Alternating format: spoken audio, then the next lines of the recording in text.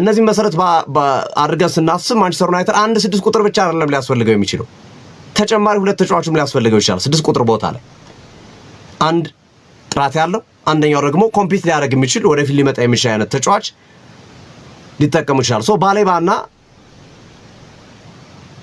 ቹዋሚኒ ሊያመጡ ይችላሉ ቹዋሚኒና አዳም ዋርተንን ሊያመጡ ይችላሉ ምናልባት ከዋጋቸው አንፃር ያን ያህል ገንዘብ ማንቸስተር ዩናይትድ ወደ 200 ሚሊዮን ፓውንድ ማውጣት ይኖርበታል አንድ አይነት ተጫዋቾችን የሚፈልግ ከሆነ ከዛ አንፃር በአንድ ክረምት የዝውውር መስኮት አንድ ቦታ ላይ ብቻ ቡድን አጠናክሮ ተከላካዩ እንደምታውቀው ነው ተከላካዩ የማንቸስተር ዩናይትድ ተከላካይ ጥያቄ የምታነሳበት ነው አጥቂው ኢቭን ውድድሮች በበዙ ቁጥር ሙቡሞ ኩኛና አማድ ነው ያሉት መስመር ላይ የሚጫወቱ ተጫዋቾች ውድድር በበዛ ቁጥር ጉዳት ሊያስተናግዱ ይችላሉ ቁጥራቸው ትንሽ ጨመረ በእያንዳንዱ ቦታ ቢያንስ 2 ተጫዋች ኖር ይገባል ከዛ አንፃር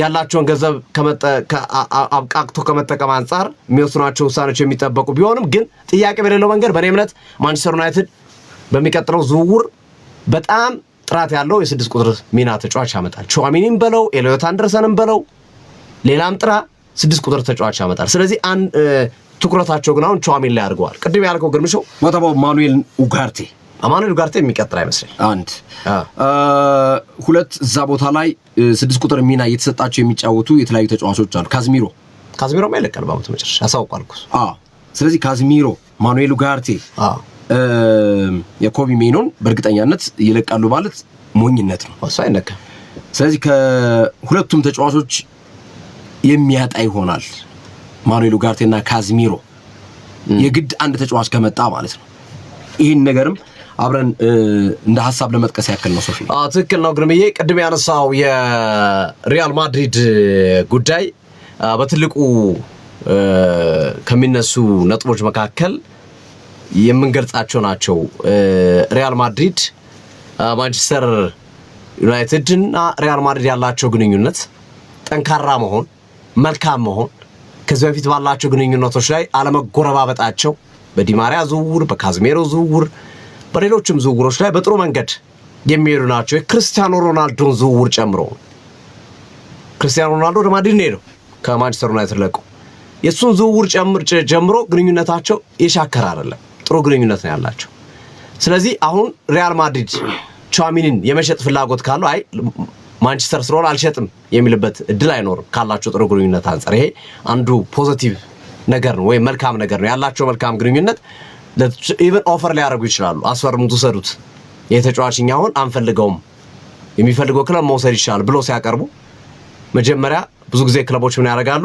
ለሚቀርቧቸው ክለቦች እድሉን ይሰጣሉ ወይም ጥሩ ግንኙነት ላሏቸው ክለቦች ያን ሊሰጡ ይችላሉና አንዳንድ የውስጥ ምንጮች እንደሚገልጹ ከሆነ እንቅስቃሴዎች ተጀምረዋል በሁለቱ አካላት መካከል በወረቀት ያዘ ጽሁፍ ያዘ ባይሆንም ግን በሐሳብ ደረጃ ኢንተርሚዲየተሮች ወይም አግባቢዎች የኦሪዮል ቹዋሚኒ ወኪልና የማንቸስተር ዩናይትድ ወኪሎች ኢንተርሚዲየሮች የሚባላው እነዚህ በመሃል ላይ ሆነው የሚያግባቡ ናቸው ደላላ ለማለትም ያስቸግራል ወኪሎች አሉ ለምሳሌ የቹዋሚኒ ወኪል አለ የማንቸስተር ዩናይትድ ወኪሎች አሉ ቀጥታ ወኪል መጀመሪያ ያወሩ መጀመሪያ በተላላኪ ነው የሚያወሩት አገናኝ የሚባሉ አሉ እነዚህ አገናኞች ያወሩና ይሄን ነው የሚፈልጉት ይሏቸዋል እነዛኞች ይሄን ነው የሚፈልጉት ሶ መግባባት ይችላሉ አዎ መግባባት ከቻላችሁ ማቁጭላችሁ ተዋዩ ብለው ያን ነገር ያመቻቻሉ 2-3 ከተገናኙ በኋላ ይወስናሉ ሶ የመጀመሪያው እንቅስቃሴ በደላሎች ወይም በተላላኪዎች በኩል የመገናኘቱ ሂደት በጥሩ መንገድ እየሄደ እንዳለ መረጃ ምንጮች እየተጠቀሱ ይገኛሉ በተለይ ደግሞ የማንቸስተር ዩናይትድ ወደ አውሮፓ ቻምፒየንስ ሊግ የመመለስ ሂደት በጥሩ መንገድ ላይ መኖሩ እንዲህ አይነት ተጫዋቾች እንዲመጡ ምክንያት ይሆናል ተብሎ ይጠበቃል እንደ ቹዋሚኒ አይነት ተጫዋቾች ሌሎችም ተጫዋቾች በቀጣይ ጊዜያቶች የሚፈልጋቸው ማንቸስተር ዩናይትድ 14ኛ 15ኛ ሆኖ ጨርሶኮ ኩኛና ሙቡሞን ሊቨርፑል እየፈለገ አርሰናል እየፈለጋቸው ሼሽኮን ጨምሮ ማንቸስተር ዩናይትድ አስፈርማቸው አልኩ ምን ያህል የዚህ ክለብ ታላቅነት የዚህ ክለብ ተወዳጅነት ከፍ ያለ እንደሆነ ማሳያ ነው 10 ምናምነኛ ደረጃ ጨርሰ ዓለም ላይ አሉ የተባሉ ክለቦች እየፈለጉ እምቢ ብለው ወደ ማንቸስተር ዩናይትድ የምትመጣበት ወይም 10 ምናምነኛ የጨረሰ ክለብ የምትገባበት ምክንያት የለም ያን የምታረገው የቀደመ ለክለቡ ያለ ፍቅር ለክለቡ ያላቸው ክብር ነው ሙቡሞም ያን እንዲያረጋ ያረጋው ኩኛም ቤንጃሚን ሼሽኮም ስለዚህ በዛ በመጥፎ ሰዓት እንኳን እንዲህ አይነት ትልልቅ ተጫዋቾችን ማግኘት የቻለው ማንቸስተር ዩናይትድ አሁን ፀሐይ እየወጣች ባለችበት ሰዓት የፀሐይዋ ብርሃን እየፈነጠቀች ባለችበት ሰዓት ማንም መቀላቀል የማይፈልግ ያለ አይመስለኝም። ምናልባት ለክለቡ ያለው ነገር በሌላ ምክንያት ሌላ ካልሆነ እንጂ ይሄንን ክለብ በሰዓት ካለው ሁኔታ አንፃር መቀላቀል የማይፈልግ ያለ አይመስለኝም። ግን ቀጣይ አሁን በማንቸስተር ዩናይትድ የሚነሱ ጥያቄዎች አሉ። ማንቸስተር ዩናይትድ ማንን ነው አሰልጣኝ አድርጎ የሚቀጥረው? ማይክል ካሪክን ነው? አንዶኒ ራዮላን ነው ወይስ ሌላ? ሉዊስ ኤንሪኬ አለቅም ብለዋል። ከፒኤስጂ ጋር ቀጣዩን ዓመትም ይቀጥላሉ። ባዶ ወረቀት ነው የሰጧቸው የምትፈልጉትን ያህል ዓመት ፈርሙ ብለው ቢፈልጉ 20 ዓመት ይበሉ ቢፈልጉ 10 ዓመት ብላችሁ ፈርሙበት ብለው ነው ፒኤስጂዎች የሰጧቸው ለሉዊስ ኤንሪኬ ለመጀመሪያ ጊዜ ቻምፒየንስ ሊግ ካሳኩላቸው በኋላ ሉዊስ ኤንሪኬ ፒኤስጂን የሚለቁ አይመስልም። ማንቸስተር ዩናይትድ ወይ በካሪክ ጋር መጣበቅ ይኖርበታል። አለበለዚያ እንደ አንዶኒ ራዮላ፣ ኦሊቨር ግላስነር፣ ኡናይ ኤምሪ ካሉ ከባድ ነው። እንዲህ አይነት አሰልጣኞችን የመፈለግ ሂደት ሊኖር ይችላል። ግን አሁን ባለው ሁኔታ አሁን እያለው ባለው እንቅስቃሴ ማንቸስተር ዩናይትድ የካሪክን ቋሚ ከማድረግ የተለየ ሀሳብ የሚኖረው አይመስልም። ግን አይታወቁም በቀጣዮቹ ሳምንታት ደግሞ እንደሚፈጠር። አሁን ባለው ሁኔታ ግን የማንቸስተር ዩናይትድ አመራሮች አቋም በካሪክ የመቀጠል ፍላጎት ነው ያላቸው። ስለዚህ ያ የሚሆን ከሆነ የቹዋሚኒ አንዱ ፈላጊ አድናቂ ማይክል ካሪክ ነው ራሱ። ማይክል ካሪክ ከፈለገው ተጫዋቹ ጥሩ ፍላጎት የሚያሳይ ከሆነ ከሪያል ማድሪድ ጋር ያላቸው ግንኙነት ጥሩ መሆኑ ይህንን ሊያመጣ ይችላል። ስለዚህ ቹዋሚኒ እንደ ራይስ ግን መሆን ይችላል ወይ ነው ትልቁ ጥያቄ። በራይስ ልክ መጫወት ይችላል ወይ? በራይስ ልክ ልዩነት መፍጠር ይችላል ወይ? ምናልባት ይሄ ተጫዋች በቀጣዮቹ ጊዜያቶች ራሱን አሻሽሎ ካልመጣ በሪያል ማድሪድ በዛ ልክ ከዋክብቶች አካባቢ ሆነው ያንን ነገር ማሳየት አልቻለም። ያንን ነገር መፍጠር አልቻለም። ከዋክብቶች በሌሉበት ምርጥ አቋምን ያሳየው እንደ ኢሎይት አንደርሰን አይነት ተጫዋች ቢመጣ ግን ይበልጥ ማስተማመኛ ሊሆን ይችላል። ኢሎይት አንደርሰን ወደ ማንቸስተር ዩናይትድ ቢመጣ ቹዋሚኒ መጥፎ ተጫዋች አይደለም። በጣም ጥሩ ተጫዋች ነው። ድንቅ ተጫዋች ነው። ቀደም እንደተጠቀስኩት በብዙ ቁጥሮቹ ከዓለም ላይ ካሉ 5 ምርጥ አማካዮች መካከል አንዱ ነው። ግን እነሱ ባሰቡት መንገድ በራይስ ልክ ግን ተጫዋች ይሆናል ብሎ ማሰብ ትንሽ አስቸጋሪ ምኞት ይመስለኛል። በቀጣዮቹ ጊዜያቶች ራሱን ምናልባት በተለየ መንገድ አሻሽሎ ካልመጣ ግርሜ ጨዋታ ነው። እንደሚታወቀው ቼልሲ 48 ነጥብ ይዞ የአውሮፓ ቻምፒዮንስ ሊግ ቦታ ላይ ምንም እንኳን ከሊቨርፑል ጋር ያለው የነጥብ ልዩነት የ7 ነጥብ ልዩነት ላይ ቢቀመጥም ማለትም ቼልሲ 48 ነጥብ ስላለው ሊቨርፑል 55 ነጥብ ስላለው ቢያንስ ለመጠጋት ያስችሏል። ቀሪ ጨዋታዎች አሉ። 5 ጨዋታዎች አሉ። ከዚህ በኋላ 5 ጨዋታ ማለት 15 ነጥብ አለ። ያላቸው የነጥብ ልዩነት 7 ነው። 5ኛ ደረጃ ላይ ቻምፒዮንስ ሊግ ክብርን ይዞ ለማጠናቀቅ ወይም ደግሞ ኢቭን 6ኛ ደረጃን ይዞ ማጠናቀቅ በራሱ የቻምፒዮንስ ሊግን ቦታ ሊያስገኝ ይችላል። ስለዚህ ወይም ደግሞ የዩሮፓ ሊግን ኢቭን ቦታ ላለማጣት ቼልሲ ከባድ ፈተና ውስጥ ያለ እግር ኳስ ክለብ ነው። ይሄ ጨዋታ ጠንካራ ትንቅንቅ የሚደረግበት አሜክስ ስቴዲየም ነው የሚደረገው። ቼልሲ ከሜዳ ውጭ የሚያደርገው ጨዋታ ነው። ዛሬ ምሽት 4 ሰዓት ላይ የሚደረግ ጨዋታ ነው። ብራይተንና ሆቭ አልቢዮን ባለሜዳ ብቻ መሆኑ ሳይሆን ከቼልሲ አንገት ስር ተጠግቶ ትኩስ ትንፋሽ እየተነፈሰ የሚገኝ እግር ኳስ ክለብ ነው። ምክንያቱም 47 ነጥብ ነው ያለው። በብራይተንና በቼልሲ መካከል የ1 ነጥብ ልዩነት ነው ያለው። ሊያም ሮሴኒዮ ይህንም ቡድን ከፍ ያደርጉታል ተብሎ ሲጠበቅ ቼልሲ አይደለም ለዋንጫ ፍክክር ይቅርና የቻምፒዮንስ ሊግን ቦታ ክብር ለማጣትና ላለማጣት ቻምፒዮንስ ሊግ ቦታ ይቅርሽ የዩሮፓ ሊግ ቦታን ካሁን ልፈናቀል ነው ወይስ ላልፈናቀል ነው በሚል በተጋጣሚዎቹ ዘንድ ብልጫ እየተወሰደበት በክሊን ሺት ጎል ማስቆጠር እያቃተው ኮንሲድ እያደረገ ተቃራኒ ቡድኖች ደግሞ ብዙ ጎል እያስቆጠሩ ለምሳሌ ማንቸስተር ሲቲ የቅርብ ጊዜ ትውስታ ነው። በሜዳው ስታንፎርድ ብሪጅ ድረስ እጁን እየሰጠ የሚገኝ ቡድን ነው። ይሄ ቡድን የነ ድሮግባ ቡድን ነበር። ይሄ ቡድን የነ ጆዜ ሞሪኒዮ ስብስብ ነበር። በነገራችን ላይ ጆዜ ሞሪኒዮ ሪያል ማድሪድን ማሰልጠን ፈልጋለሁ ብሏል። ወደ ሪያል ማድሪድ ሊመለሱ ይችላሉ በቀጣዩ ዓመት ማለት ነው። ሪያል ማድሪድ ማሰልጠን ፈልጋለሁ ብሎ ተናግሯል ጆዜ ሞሪኒዮና ወደ ሪያል ማድሪድ ሊመለሱ የሚችሉበት እድል እንዳለ እየተገለጸ ነው። እነ ጆዜ ሞሪኒዮ ታምር የሰሩበት እግር ኳስ ክለብ ነው። እነ ጆን ቴሪ፣ እነ ላምፓርድ፣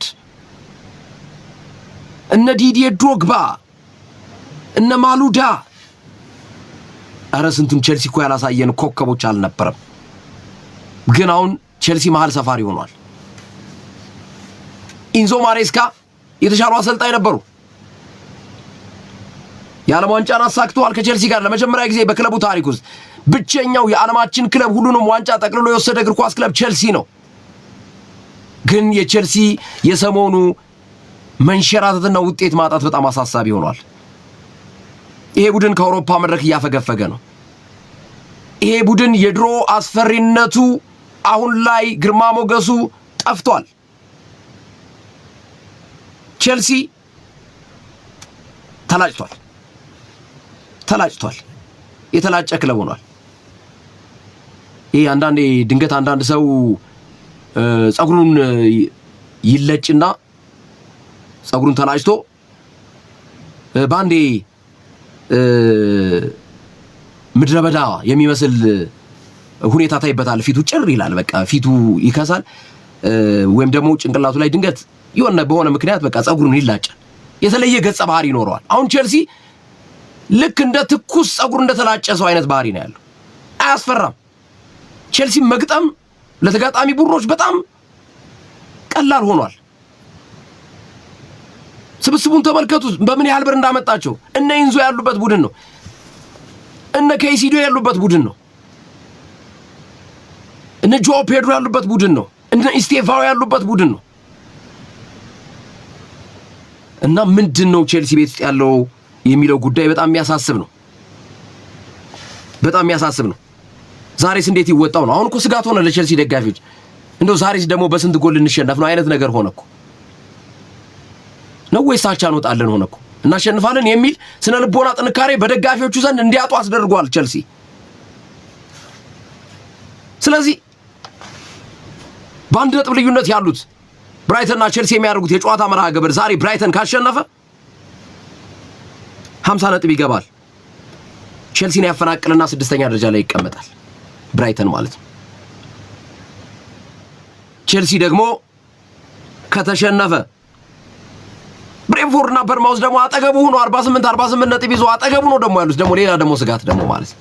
ከ6 እስከ 12 ያሉት ቡድኖች ግርሜ ያላቸው የነጥብ ልዩነት 6ኛ ያለው ቼልሲ ነው። 12ኛ ደረጃ ላይ ያለው ፉልሃም ነው። ከ6 እስከ 12 ያሉት 7 ቡድኖች ያላቸው የነጥብ ልዩነት 3 ብቻ ነው። አይገርም? ኢቨን ያላችሁ በጣም የሚገርም 7 ቡድኖች መካከል ያለው ፉክክር በ3 ነጥብ የሚቀያየር። ከሱ በታች ያሉትን ሙሰዳቸው። ክሪስታል ፓላስ 43 ነጥብ አለው። ኒውካስል 42 ነጥብ አለው። ቀሪ ጨዋታውን ግምት ውስጥ አስገባ። እነዚህ ሁለት ቡድኖች ቀሪ ጨዋታቸውን ቢያሸንፉ አውሮፓ መድረክ ቁጭ ማለት ይችላሉ። ዩሮፓ ሊግ ኮንፈረንስ ሊግ ላይ መምጣት ይችላሉ።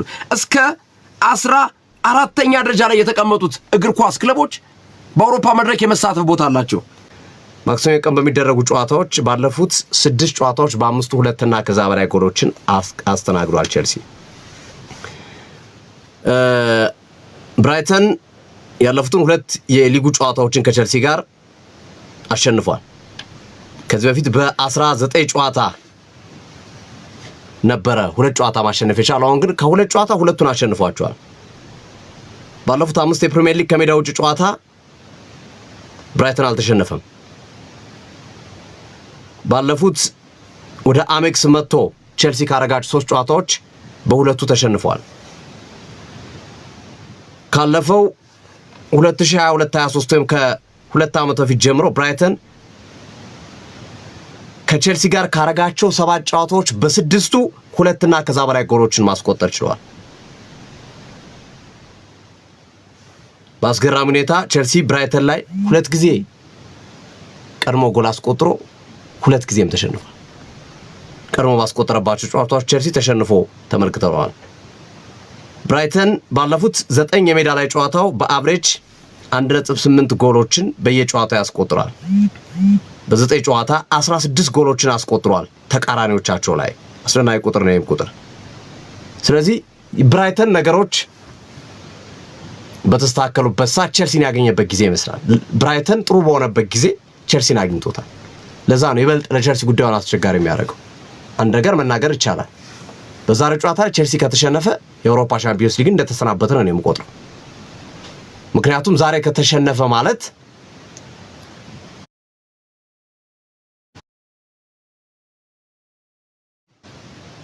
አሁን ያለው የ7 ነጥብ ልዩነት ወደ 10 ያድጋል። የማንቸስተር ዩናይትድ ደግሞ ከ10 ወደ 13 ያድጋል።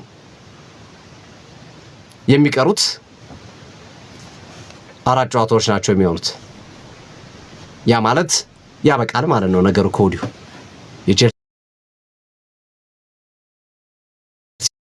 አሁንም ኢቭን ብራይተን አሸንፎ ታምር ይፈልጋል። በጣም ታምር በጣም ብራይተን አሸንፎ እንኳን ሳያሸንፍ ብራይተንን አሸንፎ እንኳን የፈጣሪን እርዳታ ይፈልጋል። ምክንያቱም አሁን ከሊቨርፑል ጋር የ7 ነጥብ ልዩነት አለው። ከአስቶን ቪላ ጋር የ7 ነጥብ ልዩነት አለው። ከማንቸስተር ዩናይትድ ጋር 10 ነጥብ ልዩነት አለው። እንዴት አድርገህ ነው የምታጠበው? ምክንያቱም ያኛው ቡድን ቢሸነፍ አንተም ትሸነፋለህ አብሮ ያቻ ትወጣለህ ያኛውም ሲወጣ።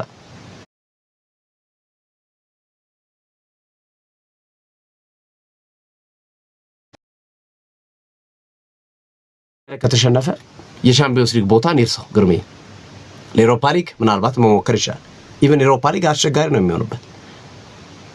ምክንያቱም ከስር ያሉ ቡድኖች ካሸነፉ የ3 ነጥብ ልዩነት ነው ያላቸው ከቼልሲ እስከ 12ኛ ደረጃ እስከሚገኙት ክለቦች ድረስ። ስለዚህ ቼልሲ ተሸንፎ ሌሎቹ በሙሉ ካሸነፉ ቼልሲ 12ኛ ደረጃ ላይ ይመጣል ማለት ነው በዲፎልት። በጣም የሚገርመው እሱ ነው። ቼልሲ አሁን 48 ነጥብ አለው። ለአድማጮች ግልጽ እንዲሆንላቸው ብሬንፎርድም 48 ነጥብ አለው። በርማውዝም 48 ነጥብ አለው። ብራይተን 47 ነጥብ አለው። ኤቨርተን 47 ነጥብ አለው።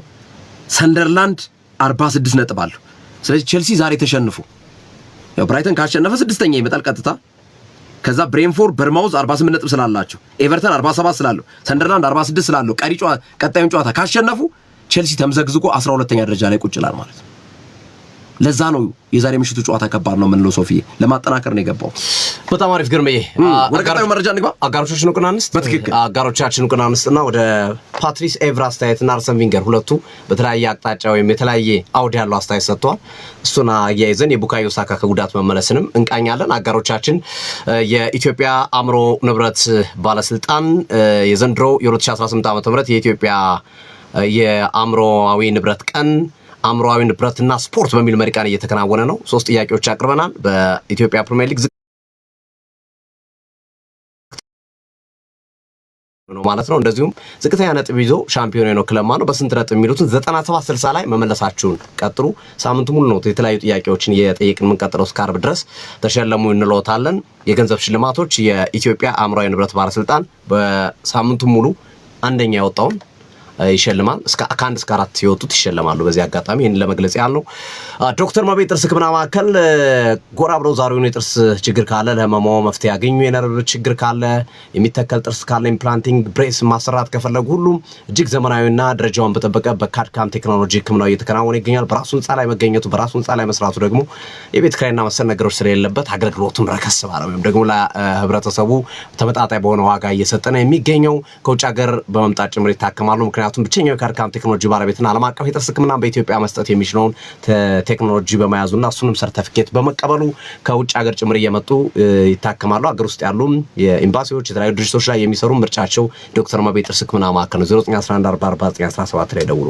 ሮሜ በሳሎንና ስፓ ማሳጅ፣ ሞሮኮ ስፓ ማሳጅ አገልግሎት፣ ወንዶች ሜስቶችም ጸጉር ቤት ሁሉንም በአንድ የሚያገኙበት ቦታ ነው። ቀጣዮቹ ጊዜያቶች ሰርግ ፕሮግራም ዝግጅቶች የሚበዙበት ነው። ሮሜ ይፈልጋል 0978030303 ላይ ይደውሉላችሁ። እናት ባንክ ሜዚ ፕሮግራም የክብር አጋር ነው።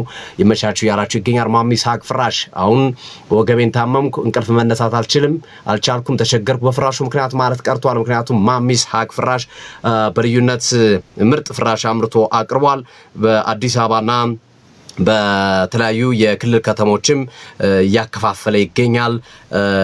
አዲስ አበባ ላይም እንደዚሁም በክልል ከተሞችም በስፋት ነው እያቀረበ የሚገኘው። ወሎ ሰፈር፣ ፒያሳ፣ ፊጋ፣ ሲኤምሲ፣ ኃይሌ ጋርመንት፣ ብስራተ ገብርኤል፣ ቡሉላ ላይ ማሚስ ሀቅ ፍራሽ ቅርንጫፎች አሏቸው። በጎንደር፣ በአምቦ፣ በአዳማ፣ በመቀሌም እንደዚሁ አሁንም ማከፋፈል የምትፈልጉ በብዛት መውሰድ የምትፈልጉ ለማትረፍም ለስራም አብራችሁ መስራት የምትፈልጉም እንዲሁም ደግሞ በተናጠልም ለግላችሁ መውሰድ የምትፈልጉ 0953118888 ይደውሉላቸው፣ መረጃውን ይሰጧቸዋል። የአጋሮቻችን መልእክቶች ከፍ ይበሉ። ስንመለስ የፓትሪስ ኤቭራን ጉዳይ እናነሳለን። የአርሰናል ደጋፊዎች እርግማን ናቸው፣ እርግማን አለባቸው እያለ ነው። ጠምዶ ይዟቸዋል። የአርሰናል ደጋፊዎች ምን እንዳደረጉት አልገባኝም። አርሰን ቪንገር ደግሞ እመኑኝ አርሰናል አሁንም ዋንጫውን ያነሳል ከሚሉት ውስጥ ነኝ እያሉ ነው። ከመልእክቶቹ የተለያዩ ሀሳቦች እየተሰነዘሩ ነው። እዚህ ከአርሰናል ጋር በተገናኘ ፓትሪስ ኤቭራ የአርሰናል ደጋፊዎችን ጠምዷቸዋል ለማለት ይቻላል። የሚናገራቸው ነገሮች ወይ የሚሰጣቸው ሀሳቦች ደጋፊዎችን በጣም ነው የጠላቸው። የአርሰናልን ደጋፊ ጠልቷል ፓትሪስ ኤቭራ። በአንጻሩ ደግሞ ጋሪ ኔቭል አርቴታ በዘንድሮ የውድድር ዓመት ዋንጫ ካልወሰደ መባረር አለበት ብሏል። በቃ ይገርመኛል፣ አርሰናል አርቴታ ዋንጫ ሳያመጣ የሚያስቀጥለው ከሆነ ይገርመኛል፣ መባረር አለበት የሚል ሀሳቡን ሰንዝሯል። አርሰን ቬንገር ደግሞ እመኑኝ ዋንጫውን አርሰናል ይወስደዋል፣ በተለይ ኢዜን፣ ኦዲጋርድን፣ ሃቨርዝና ማዱኬን አንድ ላይ ካጫወተ ዋንጫውን አርሰናል ዘንድሮ አሳምሮ ይወስዳል የሚል ሀሳቡን ሰንዝሯል። ምን ትላላችሁ አድማጮች? እናንተስ ይህን ጉዳይ እናሳው። ሶፊ ድረስ ስሜቱ አልበረደም በአርሰናል ደጋፊዎችም አርሰናልን በሚቃረኑም ስለ አርሰናል አስተያየት በሚሰጡም በተንታኞችም በሁሉም ዘንድ ያለው ስሜት እስከዛሬ ድረስ ሳይበርድ ቀጥሏል። የሚበርድም አይመስልም በቀጣዮቹ ጊዜያቶች። ምክንያቱም የፉክሩ መጠን እያደገና ከፍ እያለ ከመምጣቱ ጋር ተያይዞ ነው ይሄ ነገር እየተመለከተን የነበረው። የፓትሪስ ኤቭራን አስተያየት ላስቀድም። ፓትሪስ ኤቭራ ከዚህ በፊት ከአርሰናል ጋር በተያያዘም አንድ አስተያየት ሰጥቶ ነበረ። እንደ ቫይራል ናት አስተያየቷ፣ ኔትፍሊክስ የምትለው አርሰናል እንደ ድራማ እንደ ፊልም ቀጣይ ክፍል እያለ የሚታይ ግን አዲስ ነገር የሌለው በሚል አሁንም እኮ ጨምራት እኮ ኔትፍሊክስ ሲዝን 21 ኔክስት ይር ብሎ ነው እንደውም መጨረሻ ላይ ተናገረው። ኔትፍሊክስ የሚለው አስተያየቱ ቫይራል ነበር፣ አነጋጋሪ ነበር፣ ብዙ የአርሰናል ደጋፊዎችን የሚያስቆጣ እንደነበር ይታወሳል። የፓትሪስ ኤቭራ አስተያየት እንግዲህ የአርሰናል ደጋፊዎች ልክ አመቱ ሲያል ቀጣይ አመት ይላሉ፣ ልክ አመቱ ሲያል ቀጣይ አመት ይላሉ በሚል አይነት ስሜት ያለው ነው። ከዛ ቀጥሎ ግን እንግዲህ በተለያዩ ጊዜያቶች የሚሰጡት አስተያየቶች እንዳለ ሆኖ ትናንት ደግሞ ከሲቲው ሽንፈት በኋላ ፓትሪስ ኤቭራ የሰጡ አስተያየት ነው። ሌላው አስተያየት የአርሰናል ደጋፊዎች እርግማን አለባቸው ነው ያለው። በቃ እርግማን ነገር ያለባቸው ናቸው። ምክንያቱም ክለባቸውን ይላል ክለባቸውን ዋንጫ ያነሳም ብለው ይጠራጠሩታል። እንዴት እየደገፍከው ዋንጫ ያነሳም ብለህ ታስባለህ? የሚወርደው የወልቭስን ደጋፊ እንኳን ብትጠይቀው እስከወረደበት ጊዜ ድረስ አይወርድም ብሎ ነው የሚያስበው። ምንም እንኳን ችግር ውስጥ ቢገኝ፣ ምንም እንኳን የነጥብ ልዩነት ከፍ ቢልም። ነገር ግን አርሰናል ደጋፊዎች ክለቡን ማመን ባለባቸው ቢሊፍ እምነት መስጠት ባለባቸው ሰዓት ላይ ሲሰጡ አልመለከታቸውም። ያንን ሲያደርጉ አላያቸውም። በዙሪያ እኔ እንደውም ያሳመነኝ ሀሳብ እሱ ሀሳብ ነች። ከተናገረው አንጻር የአርሰናል ደጋፊዎች አለ ስለ ክለባቸው ሲጠየቁ ደረታቸውን ነፍተው ዋንጫ ይወስዳል ቡድናችን አይሉም። በጣም ይጠራጠራሉ። ዳይሊ ማውስ የሚገቡታል። አይ ማንቸስተር ሲቲ አመጣጡ ያስፈራል፣ እንዲህ አይነት ነገር ነው የሚሉት አለ። ስለ ልቦናቸው ደካማ ነው አለ። ደጋፊዎቹ ይፈራሉ አለ። ደረታቸውን ነፍተው ቡድኔ አርሰናል ዋንጫ ይወስዳል አይሉም አለ። የማንቸስተር ሲቲ አመጣጥ ያስፈራል፣ ፉክክሩ ከባድ ነው፣ አይመስለኝም ዋንጫ የሚወስድ አይነት ነገር ነው የሚሉት እና ዳይሌማ ውስጥ ናቸው ብሎ ነው የተናገረው ሶፊ። በትክክል እና እሱን ያነሳና ማቃቸው የአርሰናል ደጋፊዎች አሉ። ከዚህ በፊትም ዲሉዥናል ናቸው ብሏል። የአርሰናል ደጋፊዎችን አሳሳች ምክንያት ያልሆኑ አይነት የሚመስል ነገር ማለት ነው። አሁን ደግሞ እርግማን ነው በቃ የአርሰናል እርግማን አለባቸው ደጋፊዎቹ። እስቲ አሁንም እኮ ዋንጫ አርሰናል እኮ የማንሳት እድሉ በአርሰናል እጅ ነው ያለው። ለምንድን ነው እምነት የማይኖራቸው የሚለውን አስተያየት ይጨምራል እንግዲህ እና ደጋፊዎቹ ላይ ነው እሱ ብዙ ያነጣጠረው። አሁን የአርሰናል ሁኔታ ስንመለከት ለምሳሌ ጋሪ ኔቭል አሁን አርቴታ ላይ ነው ትኩረቱ። አይቶ ከሆነ የአርቴታ ታክቲክ፣ አርቴታ የሚጠቀማቸው ተጫዋቾች ምርጫዎች የሚል ሀሳብ ነው የሚያነሳው። ኢቨን አርቴታ መበራ አለበት የሚለው ሀሳብም እያነሳ ነው። ፓትሪስ ኤቭራ ደግሞ ደጋፊዎቹ ላይ ነው ትኩረቱን ያደረገው ወይም ደጋፊዎችን ነው የሚተቸው። እኔ ግን ቅድም ግርምሽ ያነሳው ነገር በጣም እኔም ውስጤ እያስበው ነበረ። የሚጫወተው አርሰናል ነው። አርሰናል ነው ለዋንጫ የሚፎካከረው፣ ሲቲ ነው ለዋንጫ የሚፎካከረው። ስለ ሲቲና ስለ አርሰናል በዚህ ልክ የማንቸስተር ዩናይትድ ተጫዋቾች የቀድሞ ተጫዋቾች ለምንድን ነው የተጨነቁት የሚለው ጉዳይ በጣም ጥያቄ የሚያስነሳ ነው። የአርሰናል ሌጀንዶች የሉም እንደሚናገሩ፣ የሲቲ ሌጀንዶች የሉም እንደሚናገሩ፣ ሚዲያውስ በዚህ ልክ የነዚህን ሀሳብ ብቻ ማጉሎቱ ምንድነው ጥያቄ የሚል መከራከሪያውን ብቅ ብሏል። ምንድነው በዚህ ልክ እነሱ ብቻ የሚጨነቁት? ማንቸስተር ዩናይትድ ቢሆን ለዋንጫ እየተፎካከራሉ፣ ልክ ነው፣ የፈለጉትን አስተያየት ቢሰጡ፣ ሌሎችም ክለብ ላይ መስጠት መብታቸው። ግን ለምን ጎላ የነሱ? ምናልባት ትንታኔ ውስጥ በብዛት ሚዲያዎች ላይ ገብተው ይሆን? ለምሳሌ ጋሪ ኔቭል ስካይ ስፖርት ነው። ፓትሪስ ኤቭራ እንኳን የትኛው ሚዲያ ላይ በብዛት አይተነትንም፣ በግሉ ነው ሀሳቦች በፖድካስት ነው እሱ በፖድካስት ነው። ሩኒ ቢቢሲ ላይ ይጋበዛል ይሰጣል። ሜይ ቢ እሱም ሊሆን ይችላል። ምናልባት ሚዲያ ላይ አክሰሳቸው ሰፊ ነው፣ ሰፊ ከመሆኑ ጋር የተያዘ ይመስላል። እሱም እንዳለው ነው የምታነሳው ጉዳይ ይመስላል። ግን ኤቭራ የአርሰናል ደጋፊዎች ምን እንዳደረጉት ባቅ ደስ ይለኛል። እንግዲህ በተጫዋችነት ዘመኑ ያስከፍቶት ይሆን ሰርቦት ይሆን ወይ ምናምን አላቅም። እሱ ነው ወደ ኋላ ሜዳ ማየት ያለብን ይመስለኛልና ደጋፊዎች ላይ ያለው ነገር ግን እጅግ አነጋጋሪ ሆኖ ዛሬም የመገናኛ ብዙሃኖች ትኩረት ሆኖ ተመልክተነዋል። አርሰን ቬንገር ደግሞ በተቃራኒው እመኑኝ ነው ያሉት። እሳቸው ነው በጣም ከፍተኛ እምነት ነው ያለኝ በዘንድሮ አርሰናል ቡድን ላይ ራሴ በማሰለጥነው ቡድን ላይ እንኳን በዚህ ልክ እምነት ኖሮኛ አያውቅም። በጣም የሚገርም እምነት ነው ያለኝ። አርሰናል ዋንጫውን አሳምሮ ይበለዋል፣ አስተማማኝ አድርጎ ይበለዋል። ይሄንን የምነግራችሁ የአርሰናል ደጋፊ ስለሆንኩ የአርሰናል ወዳጅ ስለሆንኩና የአርሰናል አሰልጣኝ ስለነበርኩ አይደለም፣ በምክንያት ነው የምነግራችሁ። በጣም ጥራት ያለው ቡድን ነው የአርሰናል ቡድን። ከተከላካዩ እስከ አማካዩ ከአማካዩ እስከ አጥቂ ጥራት ያለው ቡድን ነው። ነገር ግን አሉ ይህንን ዋንጫ ለማሳካት ግን የሲቲውን ጨዋታ እንደ ሮድ ማፕ መጠቀም አለባቸው አርሰናሎች። አሁን የሚሰጡ አጫወቱ ማለት ነው የሚሰጡ አስተያየቶች አሉ። ኢዜ ወይስ ኦድጋርድ ወይስ ኢዜ የሚሉ 10 ቁጥር ላይ እና መሰል አስተያየቶች ይሰጣሉ። እርሳቸው ግን እያሉት ያሉት ኢዜ ኦድጋርድ አትበሉ። በአንድ ጨዋታ ላይ ኢዜም ኦድጋርድም ያስፈልጋሉ። የቡድኑን ፕሮአክቲቭ እንቅስቃሴ የማጥቃት እንቅስቃሴ ለመጨመር ኢዜም ኦድጋርድም አማካይ መስመሩ ላይ ያስፈልጋሉ የሚል አስተያየቶችን እየሰጡ ያሉት። ባለፈው በነበረን ጨዋታ ላይም በተደጋጋሚ ነሹቻ ሲያነሱት ነበር የኛ ተንታኞች። ራይስ ኢዜና ኦድጋርድን ያርገው። ኢዜ ወደ መስመር መውጣት የለበትም፣ ሚዱ ላይ ነው መጫወት ያለበት፣ በሚያውቀው ቦታ ላይ ነው መጫወት ያለበት፣ መስመሩ ላይ ሌሎች ተጫዋቾችን መጠቀም ይችላሉ የሚል ተመሳሳይ አስተያየት ነው ሚካኤል አርቴታ የሚሰጡት። አሁንም በቀጣዮቹ ጊዜያቶች አርሰናል እነዚህን 3 ተጫዋቾችን ተጨማሪ እሳቸው እንደውም የገረመኝ ለካይ ሃቨርትዝ በጣም ደግፈዋል። ግርሜ ካይ ሃቨርትዝ በየሳምንቱ መሰለፍ አለበት ብሏል። በየጨዋታው መሰለፍ አለበት እያሉ ነው አርሰን ቬንገር። በጣም የሚፈጥረው የጨዋታ መንገድ ሊንካፑ በጣም ደስ የሚል ነው። በጣም ደስ የሚል ለሌላ የቡድን አጋሮችም ጎል እንዲፈጠር ምክንያት ይሆናል። እሱም ጎል ማግኛ መንገድ ያገኛል። በሊንካፕ የሚጫወትበት መንገድ በ9 ቁጥር ቡድን ጨዋታ ላይ በ9 ቁጥር ያጫወት መንገድ እሱም ቢጠቀሙት የተሻለ ነው። በእርግጥ የኮረሽን ስም አልጠሩም፣ ግን እርሳቸው ኦድጋርድ፣ ኢዜ፣ ማዱኬና ሃቨርትዝ በማጥቃት እንቅስቃሴው ላይ የሚኖሩ ከሆነ ቡድኑ በየጨዋታው ብዙ ጎል ማስቆጠር ይችላል። የትኛውንም ቡድንም አሸንፎ መውጣት ይችላል ከቀረው ጨዋታ አንጻርና እኔ አሁንም እምነቴ አርሰናል ዋንጫ ይወስዳል የሚል ነው የሚል አስተያየታቸውን ሰጥተዋል። እንግዲህ በሁለት ጎራ ተከፍሏል ማለት ነው። የፓትሪስ ኤቭራና የአርሰን ቬንገር ደጋፊዎች እነዚህን ሀሳቦች እያነሱ ዛሬ ትልቁ መነጋገሪያ ሆኗል። ከአርሰናል የእሁዱ ሽንፈት ትኩሳት በኋላ አሁንም የጨዋታው ግለት አልቀነሰም ነው ማለት ነው። ግርሜ ማንቸስተር ሲቲ በርንሌይን ካሸነፈ በኋላ ነገ ማለት ነው ያው ኦሬዲ ያሸንፋል ተብሎ ነው የሚጠበቀው። ነገ አይጥልም በበርንሌይ እና በርንሌይን ግን ደግሞ እግር ኳስ አይታወቅም። ባይዘው ትላልቅ ቡድኖችን በርንሌይ ማስጣሉን መርሳት የለብንም። ያስጣላቸው ትላልቅ ቡድኖች አሉ በርንሌይ ነጥብ ያስጣላቸው።